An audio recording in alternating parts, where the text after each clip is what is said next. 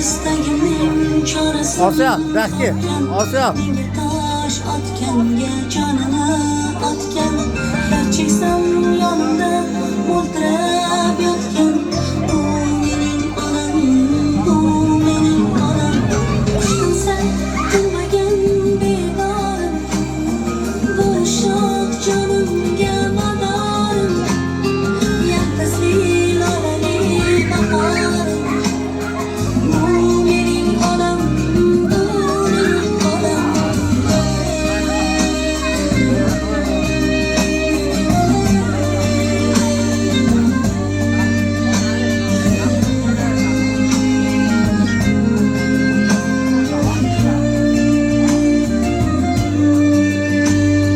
Bunga gap tegadi, men yomon bo'lsam, keyin qanday yashab boshini eksam. Men bormanki mehr tutmas boshqadan. Bu mening onam, bu mening onam. Asya.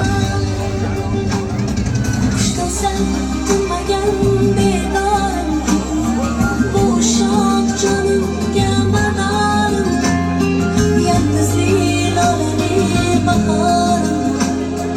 Bu mening onam, bu mening onam.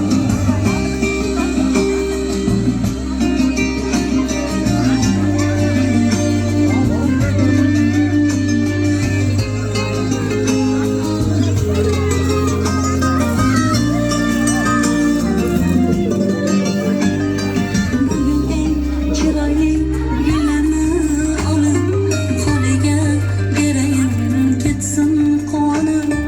Axir yashayapti menga ishonib. Bu mening onam, bu mening onam. Qushdasan tinmagan bedorim, bu shoh jonimga madorim, yaltizli lolali bahorim.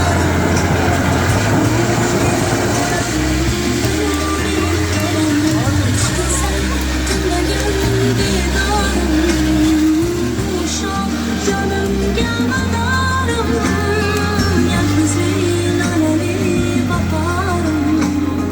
Bu mening onam, bu mening onam.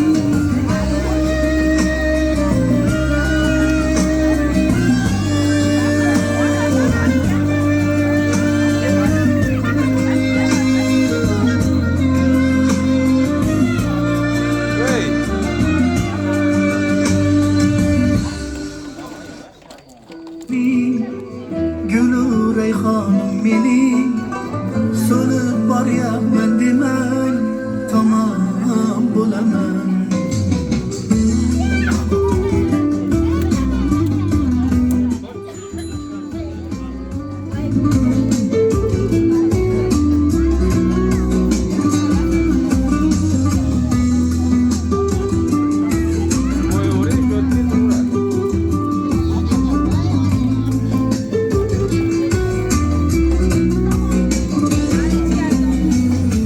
Gözlerimning nurisiz, siz qalbimning nurisiz.